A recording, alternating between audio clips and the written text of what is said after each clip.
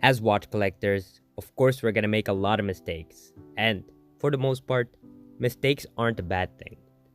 You see, as human beings, we tend to learn from our mistakes, but it doesn't mean we shouldn't educate ourselves and try to avoid these mistakes in the future. Learn from one another. That is what I love about watch collecting strategy, is the fact that I get to learn a lot from you guys, and you get to learn a lot from my personal mistakes. Today's episode, I would like to present to you my biggest watch mistakes and how you could avoid it when purchasing your next watch. This video is brought to you by Ticking Way, where we curate some of the most collectible watches in the world from brands like A Lange Söhne, F.P.Journe, and many more. Every watch on our website is carefully curated by genuine watch collectors. So feel free to email us or book a call so we can discuss your next timepiece. The expert team over at Ticking Way will gladly assist you, so head over to tickingway.com when you consider your next luxury purchase. The biggest mistake you can make is not considering your personal lifestyle. You could be a guy who is extremely active or who has a job that relies on a lot of manual labor.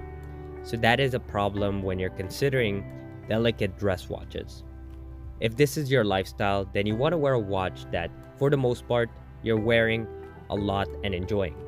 If you buy delicate dress watches, if you buy vintage watches, you might not be able to enjoy those watches as much. So the first thing you want to consider is your lifestyle. If you're a guy who wears suits, then maybe consider dress watches. But if you have a perfect balance of both, then you have no problem. The second mistake you need to avoid is purchasing watches that are investments, or that you think are investments.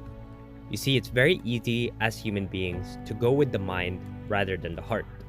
But from personal experience, when you're buying a watch that you feel is the better investment versus the watch that you actually want, what ends up happening is you start looking at your phone after the honeymoon period is gone.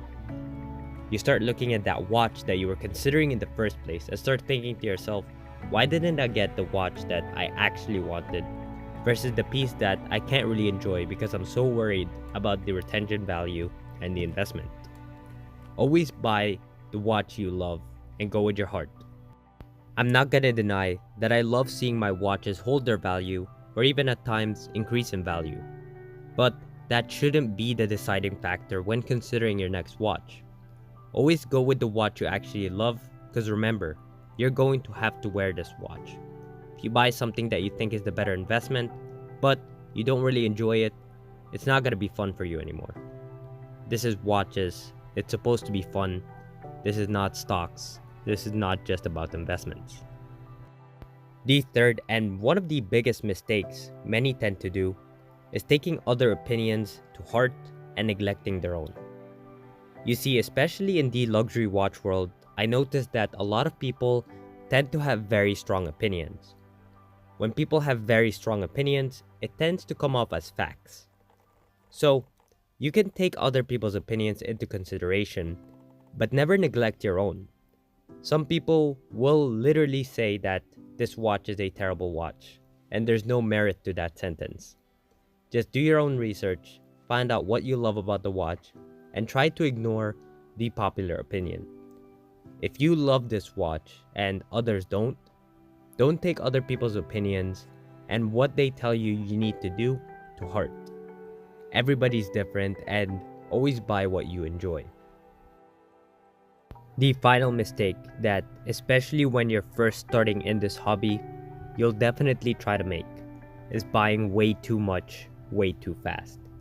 You see, with the amount of options we have out there and the amount of incredible watches in the industry, it's very easy for you to overbuy and overspend.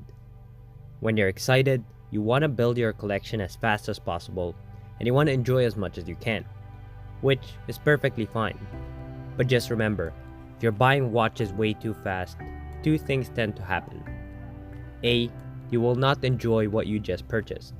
You'll always look for the next watch. The second thing, you're gonna buy a lot of watches that you'll eventually regret.